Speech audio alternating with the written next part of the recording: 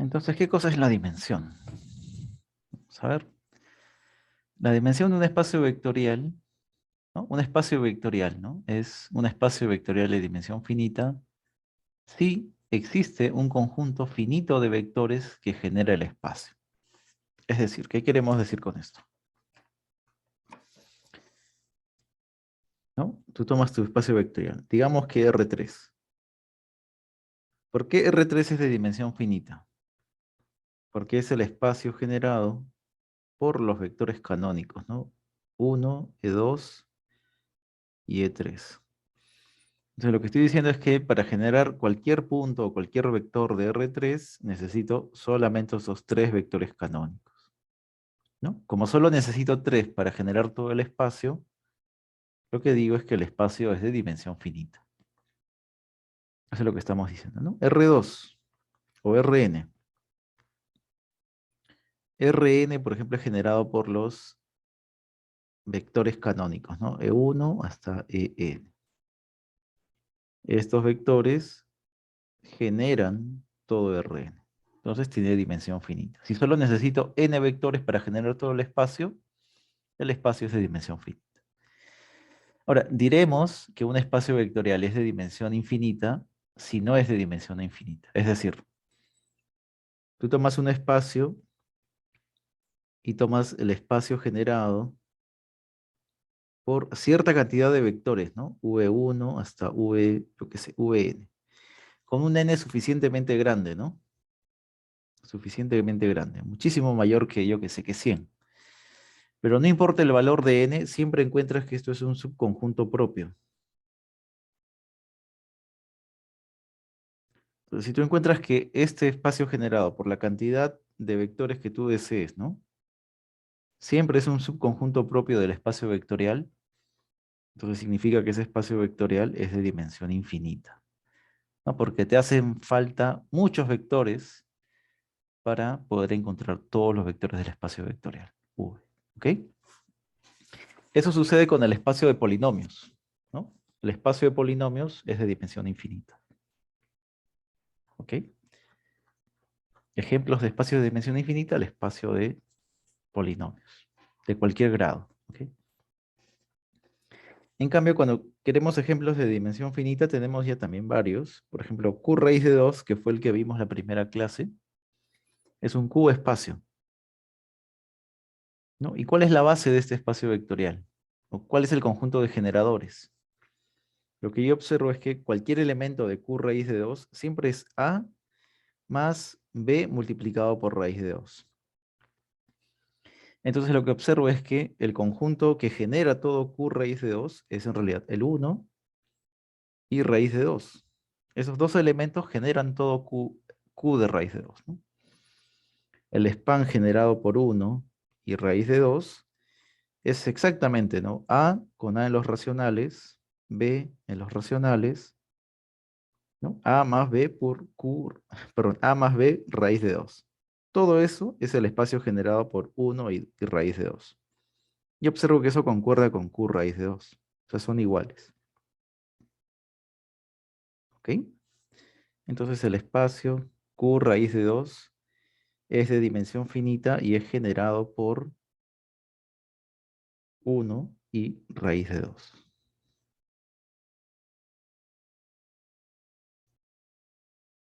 Eso quiere decir que es un espacio de dimensión finita. No sabemos hasta ahora qué dimensión, solo sabemos que es de dimensión finita. Aquí les puse otro ejemplo, ¿no? El ejemplo que ya les mencioné arriba. Si tienes un cuerpo, entonces Kn, K a la n, es K super n, es K multiplicado con K n veces, ¿no? El producto cartesiano. Es un espacio de dimensión finita. ¿Por qué? Porque puedes elegir este elemento como generador, ¿no? La base canónica genera todo el espacio Kn, K super n. ¿Ok? Y aquí lo hacemos notar de manera más clara, ¿no? Este vector que está en Kn se escribe como sumatoria de estos vectores, como combinación lineal de estos vectores canónicos. Ahora, un espacio de dimensión infinita puede ser también el espacio de funciones que va de los naturales al cuerpo. Ese es un espacio de dimensión infinita, ¿no? Es el conjunto de sucesiones. Estas son las sucesiones,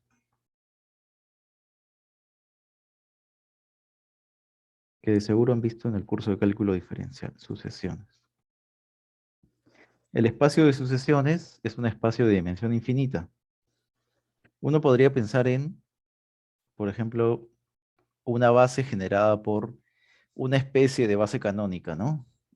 Por esto podría ser la sucesión 1, 0, 0, 0, 0, 0 hasta el infinito, luego 0, 1, 0 así hasta el infinito, luego 0, 0, 1 hasta el infinito. Y podría pensar en todo eso, ¿no? ¿Ok? Pero ¿cuántos elementos de este tipo hay? ¿Cuántos elementos en la base canónica tendrías? Tendrías infinitos, ¿no? Perdón, en este, claro, en este conjunto de generadores sería infinito. Ujú. Entonces lo que sucede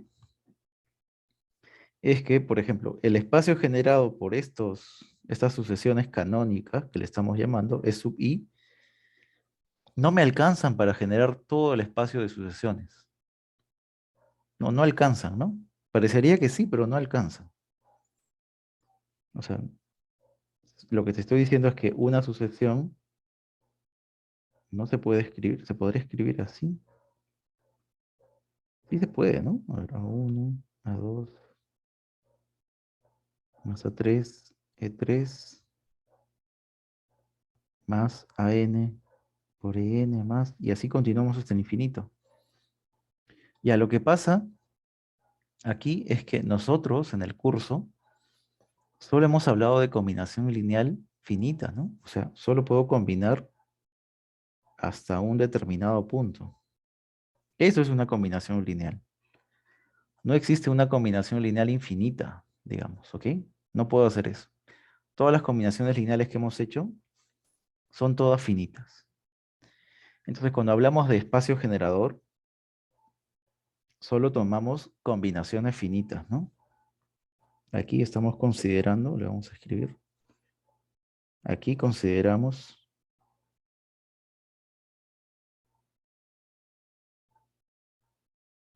combinaciones lineales finitas.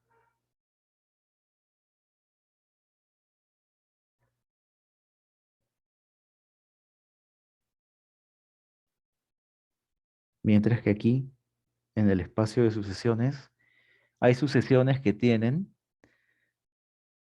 infinitos términos diferentes de cero, ¿no? Por ejemplo,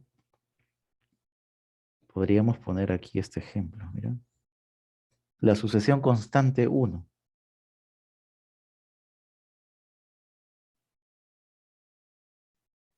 Tal que A sub i vale 1 para todo i en los naturales. Esta es una sucesión constante.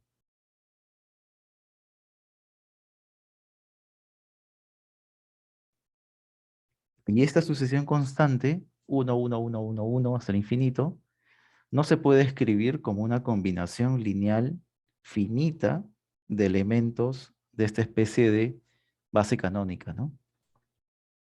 A sub i no se puede escribir como una suma finita desde J1, perdón, este A sub i, no se puede escribir así, ¿no?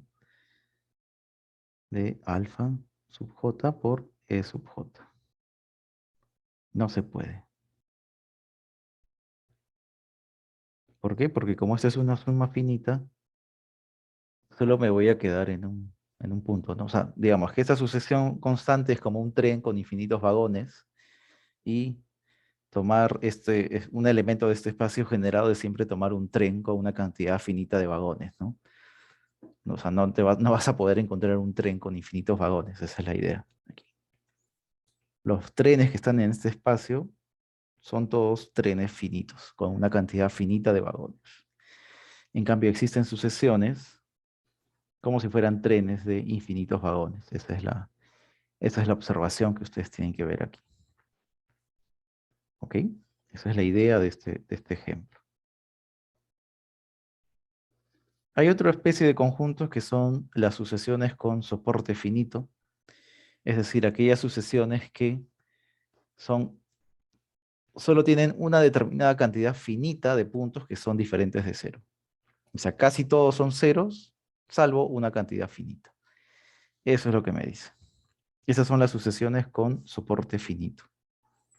Digamos que en algún punto es cero y a partir de ese punto continúa siendo cero, ¿no? Existe un punto de tal manera que a partir de ese punto son todos ceros. Eso es lo que les indico aquí. Una sucesión es de soporte finito si existe un punto en el cual, ¿no? A partir de él, hacia adelante, son todos ceros. Y antes de él, pues puede haber números diferentes de cero. Eso es lo que puede suceder. Observaciones. El espacio de sucesiones con soporte finito es un subespacio propio, ¿no? Porque nuevamente las sucesiones constantes no forman parte de las sucesiones con soporte compacto, ¿no? O sea que las sucesiones con soporte compacto son chiquitas, ¿no? Es un conjunto muy pequeño. Las sucesiones en general son un conjunto más grande. Entonces sería un subespacio propio, ¿ok? Y para este subespacio con soporte compacto, eh, que también tiene dimensión infinita, ¿no? Uno pensaría que este subespacio de sucesiones con soporte compacto, sí es posible escribirlas de esta manera, como combinación finita, pero no, no es posible, ¿no? No todas, ¿no? O sea, tú piensas que hasta un determinado punto se puede, pero luego aparece una sucesión con un vagón más adelante, digamos, ¿no? Entonces es un ejemplo de una sucesión, perdón, de un conjunto, un espacio vectorial que no tiene dimensión finita, tiene dimensión infinita. Y aquí tienes dos espacios de dimensión infinita, uno contenido en el otro propiamente.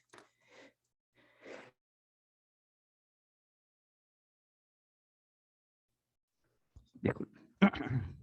¿Ok? O sea, son dos espacios de dimensión infinita, uno contenido propiamente en el otro, ¿no? Uno tiene más elementos que el otro. Ya está. Esa es la observación que quería que tengan presente. Y aquí hay un resultado que es bueno entenderlo, ¿no? O sea que si tú tienes un espacio de dimensión finita, cualquier subespacio que esté dentro debe tener dimensión finita. ¿Ok? O sea, Rn, cualquier subespacio de Rn tiene que tener dimensión finita porque Rn es de dimensión finita. ¿Ok? Eso. O sea que el espacio está muy... Digamos que tener dimensión finita quiere decir que no tienes mucha libertad, ¿no? No tienes libertad. Tienes ciertos grados de libertad. Y si formas parte de un espacio de dimensión finita, como un subespacio, tienes muchos menos grados de libertad. ¿Ok? Ya está. Eso es lo que quería decirles. Y ahora el siguiente concepto que vamos a ver es el de base. ¿Qué cosa es una base para un espacio vectorial? Una base para un espacio vectorial es un conjunto linealmente independiente, ¿no? Es linealmente independiente que además genera todo el espacio. O sea, ¿qué cosa es una base? Es un conjunto LI que además genera todo el espacio. Eso es lo que me dice este teorema. Perdón, esta definición. Un conjunto es una base si es linealmente independiente y además este conjunto genera todo el espacio. Aquí hay un criterio para, para tener una base, ¿no? Un conjunto, V1 hasta Vm de vectores, es una base si solamente si todo vector se puede escribir de manera única como combinación lineal. Eso es básicamente las dos cosas que aparecen aquí. Si yo quiero un conjunto que sea una base, entonces debe ser linealmente independiente para la unicidad. Y además que todo vector se escriba como combinación lineal, significa esto, ¿no? ¿No? Todo vector se escribe como combinación lineal de ellos, quiere decir que es generado por estos vectores. Y luego, que los coeficientes que aparecen aquí sean únicos, quiere decir que este conjunto es linealmente independiente. ¿Ok? Aquí tenemos una demostración de este teorema. Bastante directa. Si este conjunto es una base, por la definición sabemos que es linealmente independiente y genera todo el espacio. Ya está. Si es una base, genera todo el espacio. Ya está. Si tú tomas un vector que está aquí, está en el espacio generado por estos elementos, así que se debe poder escribir de esta manera. Ya está, esa es la primera parte del teorema, ¿no? Se escriben de esa manera. Ya. Ahora debo demostrar que esos escalares son únicos. Entonces supongamos que existan otros escalares. O sea, que esta no sea la única forma de escribir ese vector. Supongamos que existan B1, B2 hasta Bn, de tal manera que este mismo vector se escribe ahora de esta forma. No, porque en principio no sé si esa escritura es única. Voy a suponer que existe otra forma de escribirlo. Entonces, si existe otra forma de escribirlo, lo que voy a hacer es restar ambas expresiones. Si yo resto las expresiones, v menos v sería 0. Aquí me quedaría a sub 1 menos b sub 1, a sub 2 menos b sub 2, a sub n menos b sub m. Ya está. Entonces, ¿qué he conseguido aquí? Lo que he conseguido es una combinación nula de esos vectores, ¿no? Una combinación nula de estos vectores. Y aquí utilizo el hecho de que el conjunto es linealmente independiente. Si el conjunto es linealmente independiente, la única forma de escribir al cero es que los coeficientes sean cero, ¿no? Como son cero, entonces cada coeficiente debe ser cero. Si cada coeficiente vale cero, quiere decir que A1 es igual a B1, y así hasta llegar hasta A sub n igual a B. ¿Eso qué quiere decir? Que esta forma de escribir al vector como combinación lineal de estos elementos es única, ¿no? Porque cuando supuse que existía otra escritura, concluí que es la misma, ¿no? Es la inicial. Así que todo vector se escribe de forma única de esta manera. ¿Ok? Ya está. Eso me dice el teorema. Esa es la ida, ¿no? Porque dice sí, solamente sí. Ahora vamos a probar el regreso. Si me dicen que todo vector se escribe de forma única como esta es la hipótesis ahora. Esta es la hipótesis. Esta es la hipótesis. Todo vector se escribe de manera única como sigue. Eso quiere decir que V, este V que está aquí, está en el espacio generado por esos vectores. Entonces lo que he probado es que cualquier elemento del espacio vectorial está incluido dentro del espacio generado por ellos. Eso es lo que acabo de probar. Eso es lo que me dice. Por otro lado, como les mencioné hace poco, si tú tienes un conjunto dentro de otro, eso quedó como ejercicio, es el span de A está incluido dentro del span de B. Eso. Y eso es lo que está aquí, ¿no? Estos elementos están incluidos todos en V. Entonces, tomas el span de estos conjuntos, debe estar incluido dentro del span de V, pero el span de V es V mismo. Así que tienes esta igualdad, esta inclusión y esta otra inclusión, quiere decir que estos espacios son iguales. Entonces ya probé que los vectores V1 hasta Vn generan todo el espacio. ¿Ok? Ahora, como V se escribe de forma única, ¿no? De esta forma, cualquier vector se escribe de manera única, en particular, puedo tomar al cero, ¿no? En lugar de cualquier V, tomo al cero. Entonces, el cero se debe poder escribir de forma única, como está aquí. Ajá, cierto, se escribe de manera única. Existen únicos escalares de tal manera que el cero se escribe así. Pero nosotros conocemos otra forma de escribir al cero, una forma más sencilla. La forma más sencilla de escribir al cero es poner 0 igual a 0 más 0 más 0. Entonces tú dices, bueno, si la manera de escribir al vector nulo es única, quiere decir que estos coeficientes deben ser iguales a estos. Eso es porque son únicos los escalares con esa propiedad. Entonces acabo de demostrar que la única forma de escribir al cero es que los coeficientes sean ceros. Y eso significa que los vectores son linealmente independientes. ¿Ok? Esto en realidad parece muy trivial, ¿no? Existen escalares que cumplen esa condición.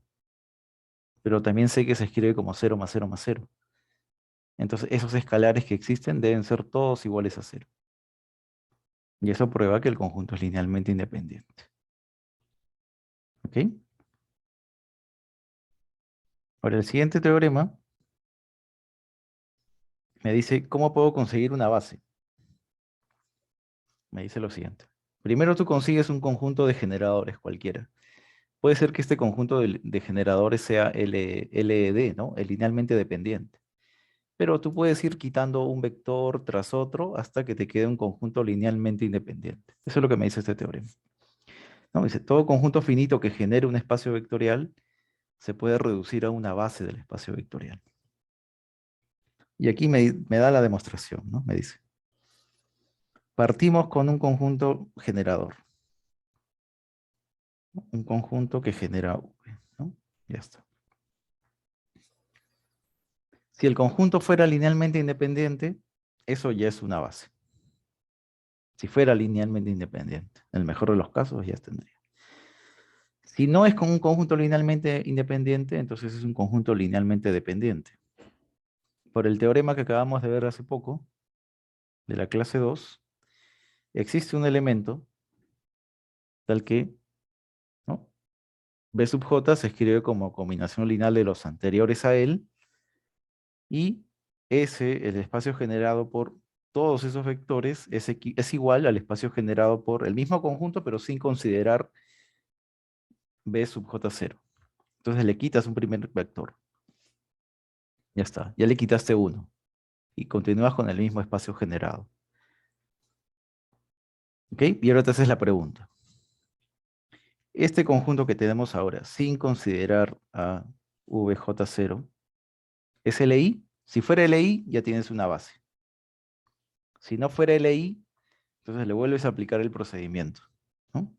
Bueno, si no es LI, es LD, así que dentro de este conjunto tiene que haber un elemento que se escribe como combinación lineal de los anteriores. No sé quién, lo voy a llamar VJ1, no sé dónde está, pero le puedo sacar a este conjunto, le puedo sacar este vector.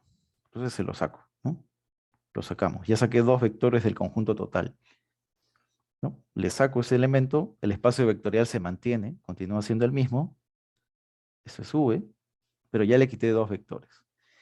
Entonces así tú puedes repetir este procedimiento una cantidad finita de pasos.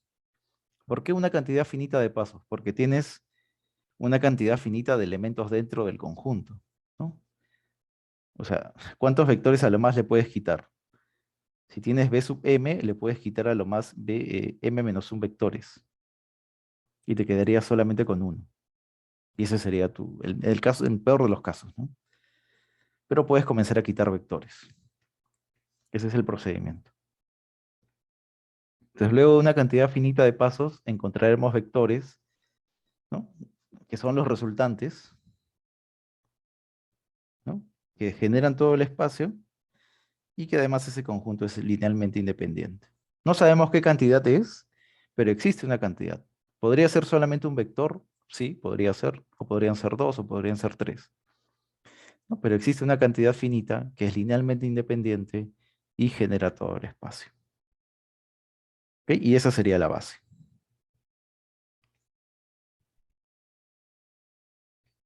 Ese es el argumento para demostrar el teorema.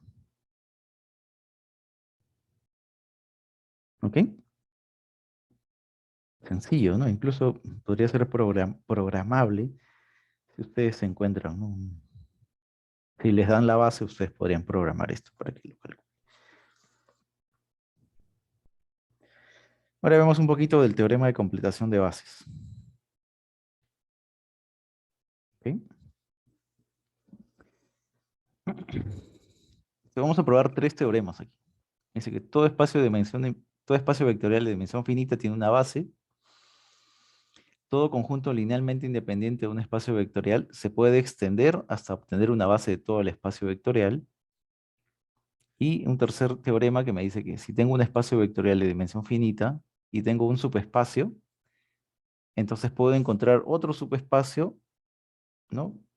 De tal manera que en suma directa con U me da todo el espacio grandote. Los tres forman parte de un mismo teorema, ¿no?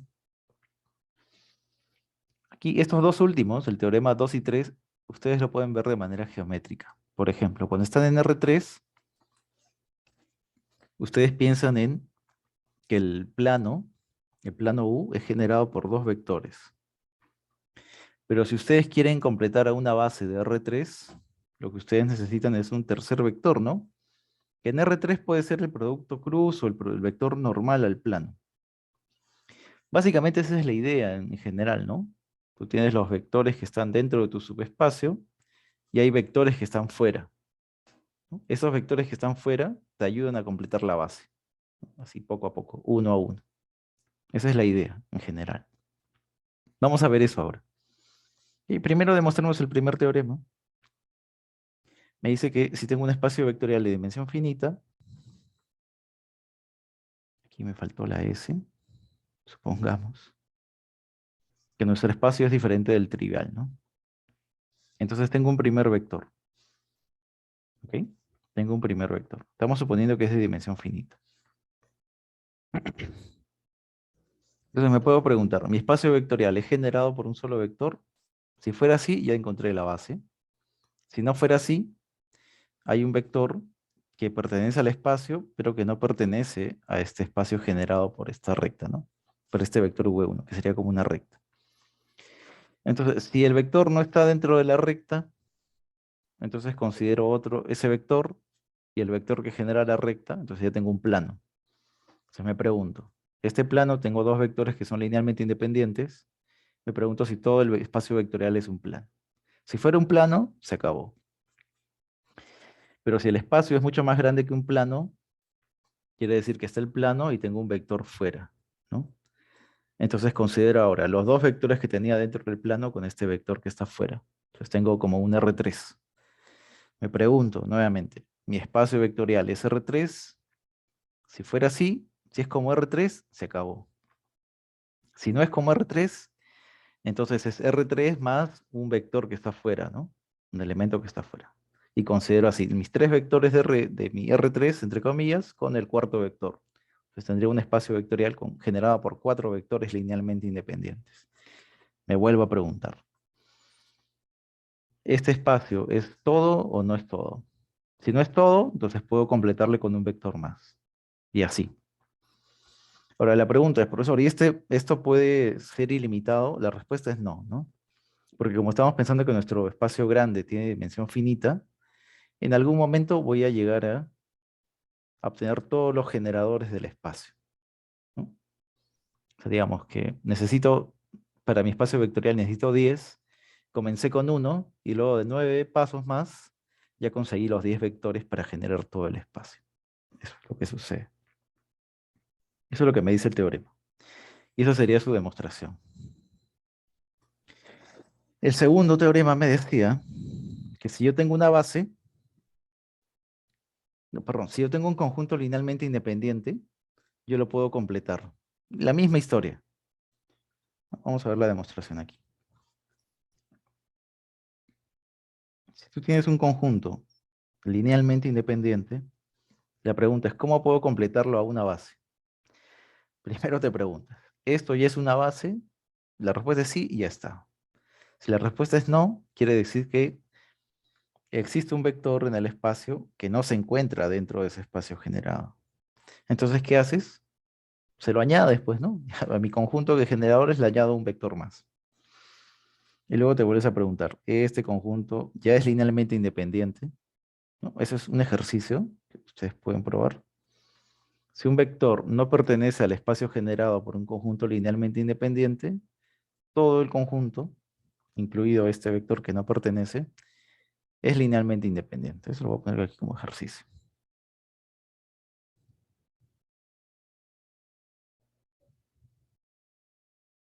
¿Ok? Ya, ese conjunto va a ser linealmente independiente. Ahora mi pregunta es, ¿todo el espacio ya es generado por estos vectores? Si la respuesta es sí, ya completé la base, pues, ¿no? Ya le añadí un vector a mi conjunto linealmente independiente y ya tengo una base. Pero si no lo fuera, existe un vector que está fuera del espacio generado por estos, unido con este nuevo vector, obtengo un nuevo conjunto linealmente independiente y me pregunto si es una base o no, si genera todo el espacio o no genera todo el espacio. Entonces, luego de una cantidad finita de veces que yo me pregunto lo mismo, añadir un vector y otro y otro y otro, el procedimiento tiene que acabar. ¿Por qué? Porque el espacio vectorial es de dimensión finita. O sea, voy a necesitar cierta cantidad de vectores para poder generarlo. Entonces, lo que estoy haciendo aquí es añadir cierta cantidad de vectores, ¿no? ¿Ok? En algún momento tiene que parar mi algoritmo. ¿Ok?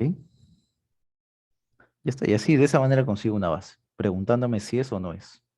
Y sé que ese procedimiento tiene que parar en algún momento. El tercer teorema me decía que si tengo un subespacio, puedo encontrar otro subespacio de tal manera que la suma directa me da todo el espacio más grande.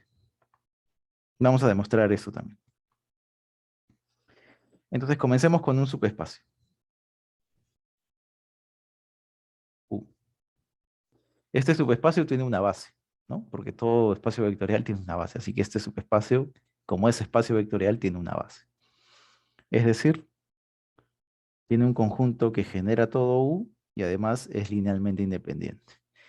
Si el conjunto es linealmente independiente en U, también es linealmente independiente en V. ¿Ok? ¿De acuerdo? Si es linealmente independiente en el plano, también es linealmente independiente en el espacio, en R3, ¿no? Una cosa así. Ya. Ahora la pregunta es cómo construyo el otro subespacio, de tal manera que me dé suma directa, ¿no? Como se habrán podido dar cuenta, la única forma de hacerlo es con el procedimiento anterior. Entonces, como este conjunto es LI en el espacio V, entonces lo podemos completar a una base de todo el espacio. Entonces, existen vectores que no pertenecen a U. Estos vectores no pertenecen a U.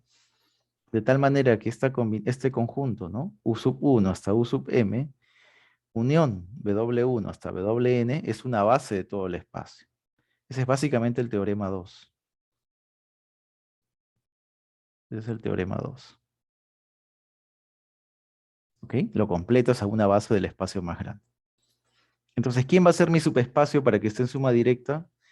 Va a ser el espacio vectorial, el subespacio generado por esos W.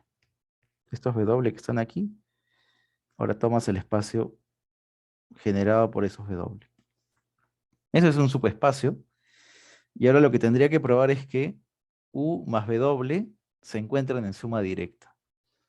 Bueno, de que suman, U más W suman todo el espacio, eso no hay duda. ¿Ok? O sea, U más W me dan todo el espacio, eso no hay duda, eso es un check. Lo que tendría que verificar es que la intersección es el vacío, perdón, no el vacío, el vector nulo, ¿no? Y eso se va a cumplir porque forman una base. Eso se va a cumplir por eso. ¿Ok? Esto queda como ejercicio.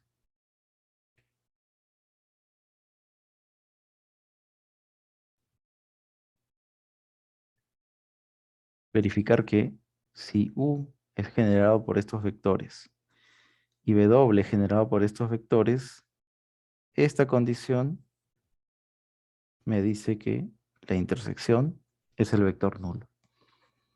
¿Ok? Es sencillo, planteen las ecuaciones, no es nada difícil de verificar. ¿Ok?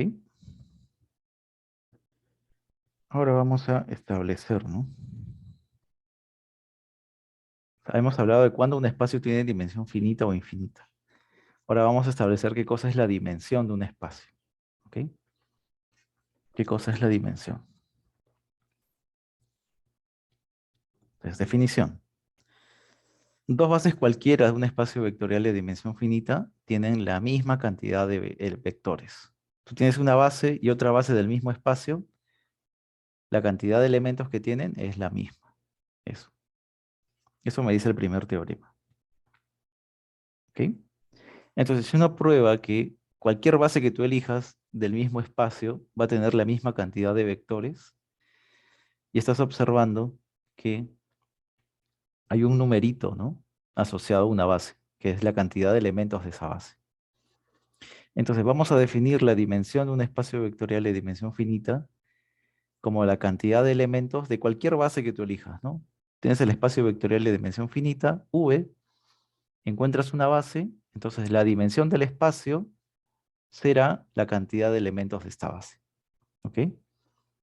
Y esa dimensión se denota con este símbolo, ¿no? Dim, de dimensión de V. Si el espacio tiene dimensión infinita, pues le pondremos simplemente que la dimensión es infinita, nada más. A veces se utilizan este término, ¿no? Infinito. ¿Ok? Entonces, por ejemplo, Kn o Rn tiene dimensión n, ¿por qué? Porque hemos encontrado una base, ¿no? E1, E2 hasta En, de n elementos. Entonces su dimensión es n. ¿Ok? R3 tiene dimensión 3, R2 tiene dimensión 2, R1 tiene dimensión 1. Aquí hay una observación, es que si tú tomas un subespacio, entonces la dimensión tiene que disminuir, ¿no? Por ejemplo, en R3 tú tomas un plano, la dimensión del plano, ¿no? La dimensión que pasa por el origen, solo necesitas dos vectores para generarlo, mientras que la dimensión del espacio, que es R3, necesita tres vectores. Entonces aquí observas un ejemplo, ¿no? Que si tienes un subespacio, la dimensión puede ser menor o igual, ¿no? Si el subespacio es el mismo espacio, pues serán iguales. ¿Ok? Es como un ejemplo. Cuando lleven su curso de cálculo, no, perdón, análisis funcional, ya verán ejemplos de espacios de dimensión infinita, donde tiene subespacios propios que también tienen dimensión infinita. Eso lo vas a ver más adelante. ¿Ok? Aquí está el teorema. Aquí hay más teoremas incluso, ¿no? Que me dice, si tienes un espacio vectorial de dimensión finita, esto ya lo hemos hecho, ¿no? A ver, todo subespacio tiene dimensión menor que el espacio más grande, ¿ya? Si tienes un espacio de dimensión finita, todo conjunto de vectores linealmente independientes en V con la cantidad de elementos igual a la dimensión, eso es una base, claro. Si tú encuentras por ahí, ¿no? Estás dentro de un espacio vectorial y te encuentras con un conjunto de vectores linealmente independientes y ya sabes cuál es la dimensión del espacio, digamos, te encuentras con tres vectores linealmente independientes y sabes que tu espacio tiene dimensión 3, esos tres vectores que has encontrado en realidad forman una base, ¿no? Eso es lo que me dice. O sea, tú ya debes saber para este teorema la dimensión del espacio. Si sabes la dimensión del espacio, solo tienes que encontrar la misma cantidad de vectores linealmente independientes para tener una base. Eso es lo que me dice. Ahora, si tienes una cantidad de vectores que genera todo el espacio, ¿no? Una cantidad de vectores que genera todo el espacio, y la cantidad de estos vectores es igual a la dimensión, entonces este conjunto de generadores también es una base. O sea, si tienes un conjunto que genera al espacio y tiene exactamente la dimensión del espacio en cantidad de elementos, eso es una base. O sea que conocer la dimensión te puede permitir establecer cuándo un conjunto es linealmente independiente, ¿no? Un conjunto de generadores es linealmente independiente, o te permite establecer si un conjunto linealmente independiente es una base. Estos dos teoremas son de ese tipo. Y son simplemente escribirlos correctamente para tener la demostración. Y eso es lo que he hecho yo aquí a la derecha. ¿Ok? Otro teorema que, bueno, nosotros hemos visto la primera clase, ¿no? Que si tienes dos subespacios, la suma de dos subespacios te da un espacio vectorial, ¿no? Te da un espacio vectorial. Lo que me dice este teorema es que si tú tienes dos subespacios y quieres calcular la dimensión de la suma, lo que tienes que hacer es sumar las dimensiones, pero tienes que restarle la dimensión de la intersección. Eso es lo que tienes que hacer. Por ejemplo, ¿qué pasaría si la intersección fuera la trivial? Si la intersección fuera la trivial, entonces la dimensión de la suma, ¿no? Eso sería suma directa, sería la suma de dimensiones.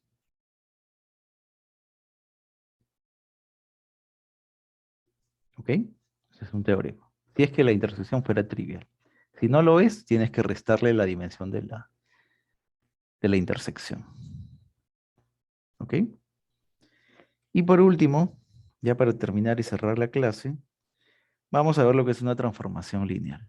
Una transformación lineal entre espacios vectoriales es simplemente una función que satisface estas dos condiciones, ¿no? Lleva la suma de vectores de un espacio en suma de las imágenes. Una suma de vectores la lleva en la suma de las imágenes. Multiplicar por un escalar un vector es lo mismo que multiplicar el escalar por la imagen del vector. Eso es lo que me dice. En particular, si lambda vale 0, llevaría el 0 en el 0. ¿Ok? Ustedes lo han visto el ciclo pasado estudiando matrices, ¿no? Lo que vamos a ver este ciclo es que toda matriz, toda transformación lineal tiene una matriz asociada. ¿Ok? Eso es lo que vamos a ver este ciclo. El espacio de transformaciones lineales se denota por lo general como L, del espacio de salida al espacio de llegada. ¿Ok? Ese es el espacio de transformaciones lineales de V a W. Eso está ahí. Y la pregunta es, profesor, ¿existen transformaciones lineales? La respuesta es sí. ¿Cómo así? Lo único que necesitas es una base del conjunto de salida y la misma cantidad de elementos en el espacio de llegada. Entonces lo único que haces es asociarle a cada elemento de la base un elemento en el conjunto de llegada. Y nada más. De esa manera tienes una transformación lineal, ¿no? O sea, ¿por qué basta definirla en estos vectores de la base? ¿No? Solo lo necesito en la base. El procedimiento para generar la transformación lineal se le dice una extensión lineal. ¿Por qué? Porque como solo lo conocemos en la base, ¿no? Solo lo conocemos en la base, sabemos que todo vector del espacio vectorial se escribe como combinación de elementos de la base. Entonces, T de V debería ser igual a T de toda esta suma. Pero como T es lineal, entonces respeta la suma, ¿no? T de una suma sería la suma de los T's. Y respeta los escalares, ¿no? Los escalares pueden salir. Entonces, T de V en realidad solo necesita, como puedes ver aquí, solo necesita de los valores de la transformación en los elementos de la base. Nada más. Es por eso que para definir una transformación lineal, solo necesitamos sus valores en la base. Cualquier base. Cualquier base que tú elijas, la defines ahí y luego la extiendes por linealidad, que es básicamente esto. Esta definición es la extensión por linealidad.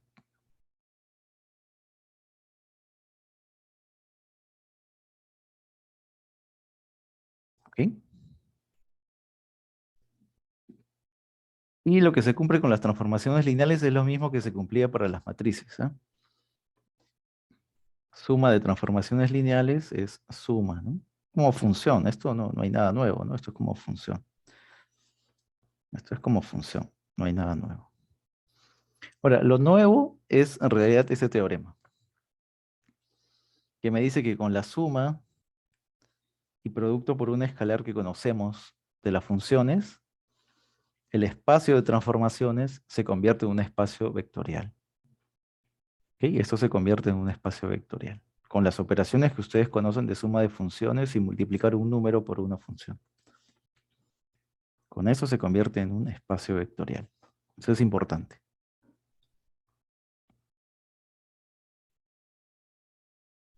Es un espacio vectorial.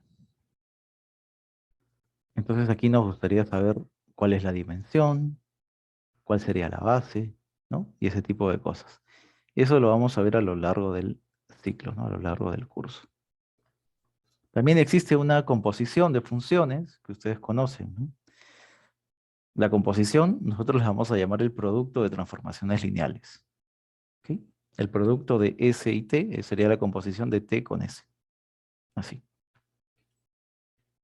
¿Ok? Ahora, lo que sí uno podría verificar es que la composición de dos funciones lineales es nuevamente una función lineal. Eso sí sería un ejercicio, ¿no? Si se verifica rápidamente.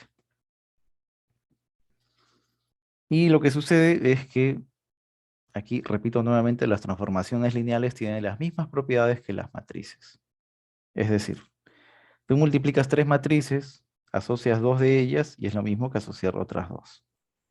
Existe una matriz identidad, existe una aplicación identidad, ¿no? Y luego, la suma de dos transformaciones lineales multiplicadas por una tercera se reparte de manera distributiva las operaciones, ¿no? Tanto por izquierda como por derecha. ¿Ok?